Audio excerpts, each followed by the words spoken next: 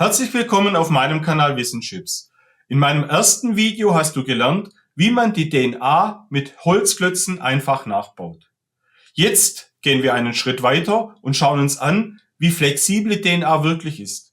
In diesem Video erfährst du, warum die Doppelhelix nicht starr, sondern sich in verschiedenen Formen je nach Umweltbedingungen falten kann. Und dass sie eine asymmetrische Struktur besitzt mit einer kleinen und großen Furche, was einen großen Einfluss auf die Ablesung der genetischen Information besitzt. Also, bleib dran, es bleibt spannend. Ich wünsche dir jetzt viel Spaß. Diese Antiparallelität der Stränge möchte ich euch jetzt kurz an der chemischen Struktur nochmal zeigen. Ihr seht jetzt hier wieder unser 5-Phosphat und unsere 3-OH-Gruppe. Und auf der Gegenseite genau umgekehrt unsere 5-OH-Gruppe und unsere 3-OH-Gruppe. Das heißt, die Stränge in der DNA sind genau antiparallel zueinander angeordnet. In der Mitte sehen wir jetzt wieder unsere Ebenen, Nukleinbasen, unsere Purin- und unsere Pyrimidinbasen. Hier einmal die Zweiringsysteme und einmal die Einringsysteme. Und man sieht hier auch schon, dass die Raumbeanspruchung unterschiedlich ist. Auf das möchte ich später kurz etwas zu sprechen kommen. Aber schauen wir uns noch kurz das Ganze in einer dreidimensionalen Simulation an. Hier sehen wir in Orange, dass ein Strang geht von 5' nach 3'. Das ist der orangene. Und der grüne geht von 5' nach 3' in die entgegengesetzte Richtung. Dass der Zucker hier eben dargestellt ist, ist nicht korrekt. Und deswegen möchte ich, weil es in vielen Lehrbüchern nicht richtig behandelt wird, möchte ich euch das jetzt in den nächsten 5 Minuten noch ein bisschen genauer darstellen. Das Grundprinzip allerdings bleibt das gleiche. Dazu schauen wir uns nochmal eine Simulation an. Hier die Durchnummerierung, die Base wieder, 1', 2', 3', 4', 5'. Wir sprechen hier von einer 2'-Endoform. Das sieht man besser hier unten, indem praktisch der C2-Kohlenstoff in Richtung des Ringes geklappt ist. Wir sprechen hier von C2'-Endo. Weil man es hier nicht so gut erkennen kann, habe ich euch noch ein kurzes Modell nachgebaut, wo ihr besser erkennen könnt, dass es sich um C2'-Endo handelt. Und warum das wichtig ist, erkläre ich euch gleich.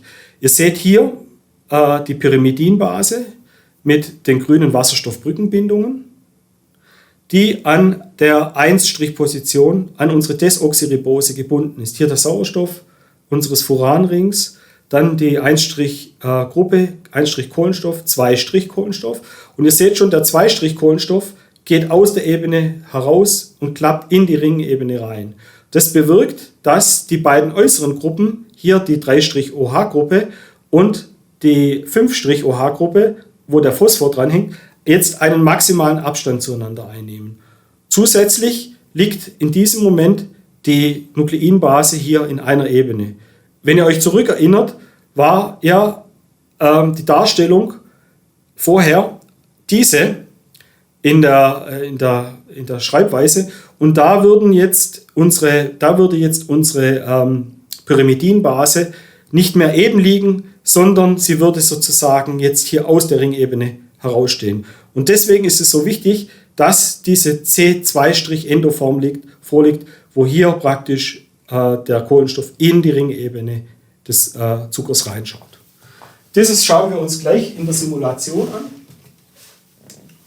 Hier nochmal die C2'-Endo und jetzt in der Seitenansicht,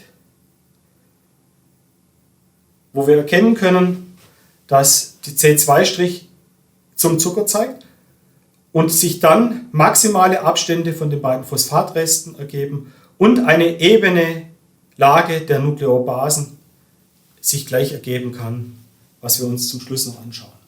Schauen wir mal auf die andere Seite des Strangs. Hier sieht man genau das Gleiche, wieder die sogenannte C2'-Endoform, die dazu führt, dass die Phosphatreste maximalen Abstand haben und vor allem auch, dass dann unsere heterozyklischen Aromatenbasen in der Ebene, in der Mitte der Helix sich anordnen können.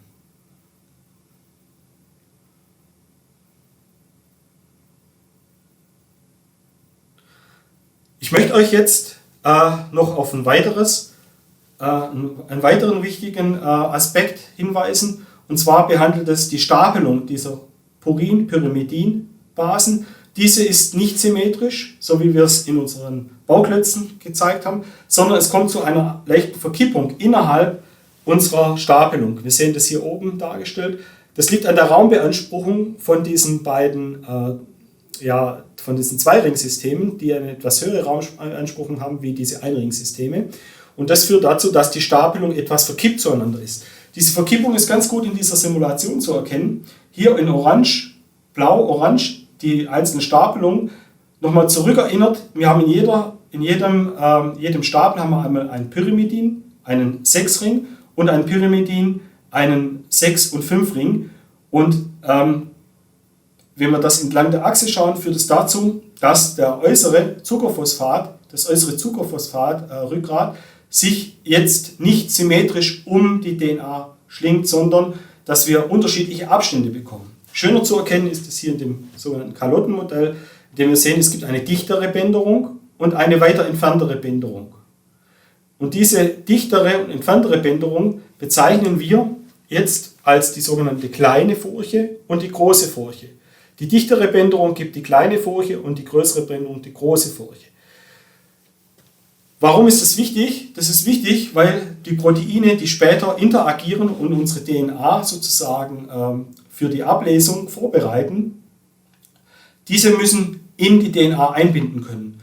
Und dazu binden sie oft in die sogenannte große Furche, wie hier dargestellt. Dieses DNA-bindende Protein, hier in dem Fall ein Helix-Turn-Helix, der hier in seiner alpha-helikalen Struktur, die senkrecht steht, wechselwirken kann mit diesen Nukleobasen in dieser großen Furche.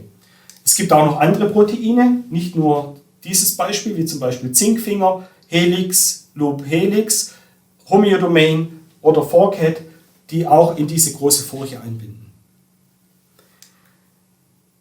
Wir haben uns jetzt die ganze Zeit über die sogenannte B-DNA unterhalten. Das ist die physiologisch stabilste Form. Hier haben die Phosphatreste den meisten Abstand zueinander. Die abstoßende Wirkung ist ja am geringsten. Zusätzlich haben wir hier diese besonders guten Wechselwirkungen zwischen den Nukleobasen über die Wasserstoffbrückenbindungen, aber auch über die Stapelung.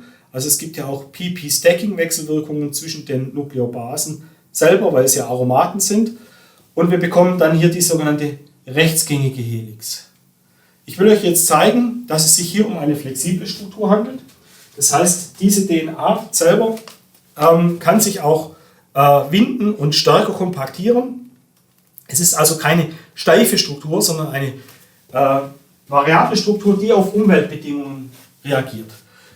Normalerweise liegt die DNA ja in der Zelle vor und ist deswegen auch unter diesen Bedingungen immer in der B-Form vorhanden. Das heißt, sobald wir das Ganze in physiologischen Bedingungen untersuchen, liegt immer die B-Form vor.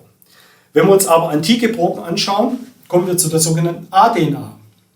Hier ist es so, dass der Wassergehalt erniedrigt ist und der Salzgehalt sich erhöht.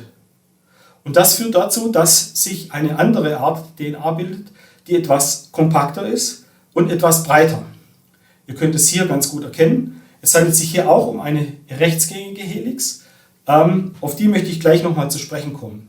Die DNA selber ist sehr, sehr stabil und wir können sie über tausende von Jahren in Proben finden. Und in diesen Proben ist die Konformation der DNA in Form einer A-DNA-Form vorhanden. Es gibt auch noch eine weitere Form bei hohen Wassergehalten und niedrigen Salzgehalten. Wenn der Salzgehalt sehr niedrig ist, dann bekommen wir hier eine sogenannte Z-Form, eine Zickzackform unseres Zuckerrückgrats. Deswegen heißt das Z-DNA. Und ich habe zusätzlich noch oft eine Basenabfolge, die alternierend ist, wie CG, CG, CG, CG, die dazu führt, dass wir hier eine sogenannte linksgängige Helix bekommen. Also es rotiert hier zwar rechts rum in der Simulation, aber mit der rechten Hand können wir nicht in die Schraube greifen. Wir müssen hier jetzt die linke Hand nehmen und haben hier eine linksgängige Helix. Das ist wichtig, dass wir das beachten, dass hier die Gängigkeit der Helix sich umdreht. Kommen wir kurz zurück auf das Beispiel A- und B-DNA. Das möchte ich euch kurz wiedergeben, weil es ganz gut dazu passt zu dem, was ich besprochen hatte mit der C2'-Endoform. Das heißt, die Phosphatgruppen haben hier den maximalen Abstand, weil hier sozusagen die C2'-Form in die Ringebene schaut. Bei der aDNA ist es anders, da habe ich einen höheren Salzgehalt und da werden die negativen Ladungen der Phosphatgruppen abgeschwächt durch Salze, die sich hier bilden, zum Beispiel Natrium- und Kaliumsalze, aber natürlich auch Magnesiumsalze sind besonders gut geeignet, um die Ladung von Phosphatgruppen abzuschwächen. Ihr seht hier, C3' zeigt jetzt in die Ringebene und C2' ist in der Ringebene. Das wollen wir uns in einer kurzen Simulation wieder anschauen. Wir gehen jetzt über in die sogenannte aDNA-Form, jetzt wieder zurück in unsere bDNA-Form und so weiter. Und diesen Übergang können wir erkennen, indem wir jetzt die Konformation des Zuckers uns anschauen. Wir sehen, hier klappt die Konformation um in C2', jetzt in C3' und so weiter. Das heißt, wir haben ein ständiges Umklappen der Konformation in dieser Simulation, die zeigt, wie der Übergang von A in bDNA erfolgt. Natürlich läuft das bei einem Trocknungsprozess oder einem Erhöhen des Salzgehaltes viel schneller ab oder auch langsamer, je nachdem. Ich möchte euch noch zeigen, weil es sehr schnell ging, in der Vergrößerung, was hier nochmal passiert. Ihr seht hier nochmal die Phosphatgruppe, hier nochmal die C3' oder die sogenannte C3'-Gruppe. Ihr seht jetzt hier, dass C3' in die Ringebene mehr zeigt, also wir haben hier die C3' Endoform. Und schaut euch jetzt nochmal bitte diese beiden Gruppen an, was passiert, wenn wir umklappen in die C2' Endoform. Ja, ihr seht jetzt deutlich, wie jetzt der Abstand zwischen den Gruppen hier, in dem Fall den Phosphatrückgrätern, deutlich erhöht wird und wir wieder in die bDNA-Form übergehen. Ich wäre jetzt am Ende meines heutigen Vortrags und möchte noch kurz zusammenfassen. Wir haben heute gesehen, dass die DNA antiparallele Stränge besitzt, die wir lesen können von 5' nach 3' und 3' nach 5'. Zusätzlich führt die Komplementarität der Basenpaare dazu, dass sich eine Doppelhelix bildet, die im inneren Bereich über schwache temporäre Wechselwirkungen miteinander verbunden ist und hier die Treppenstufen bildet. Die Stapelung dieser Basen ist nicht symmetrisch, sondern besitzt eine gewisse Asymmetrie und das führt zu einer kleinen und einer sogenannten großen Furche, die für die Anbindung von Proteinen wichtig ist. Ich hoffe, du konntest heute einiges mitnehmen für dich. Falls dir das Video gefallen hat, gib mir doch einfach einen Daumen hoch, abonniere am besten meinen Kanal, um keine Folge zu verpassen und ich würde mich freuen, wenn du wieder beim nächsten Mal dabei bist. Das war ein tieferer Einblick auf die Flexibilität der DNA-Struktur und ihre verschiedenen Helixformen. Wenn dir das Video gefallen hat, dann lass mir doch einen Daumen hoch da, abonniere meinen Kanal, um keine weiteren spannenden Einblicke in die Biologie zu verpassen. Und in meinem nächsten Film möchte ich dir zeigen, wie die DNA in der Zelle organisiert ist und welchen Einfluss das auf die Genetik der DNA hat. Zusätzlich findest du hier unten in Videobeschreibung einen Link zu Proteopedia, die dir helfen soll, die 3D-Strukturen besser zu verstehen. Also, bleib dran und ich freue mich, wenn du beim nächsten Mal wieder dabei bist.